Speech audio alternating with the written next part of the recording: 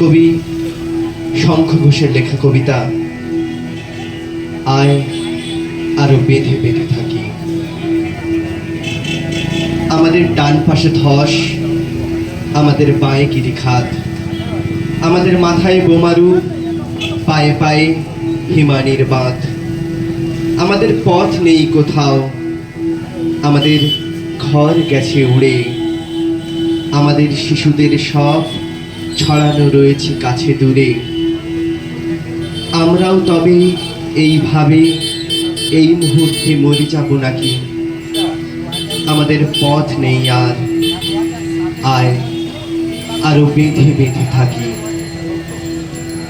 আমাদের ইতিহাস নেই, অথবা এখনই ইতিহাস, আমাদের চোখ মুখ ঢাকা, আমরা ভিখারি 12 মাস।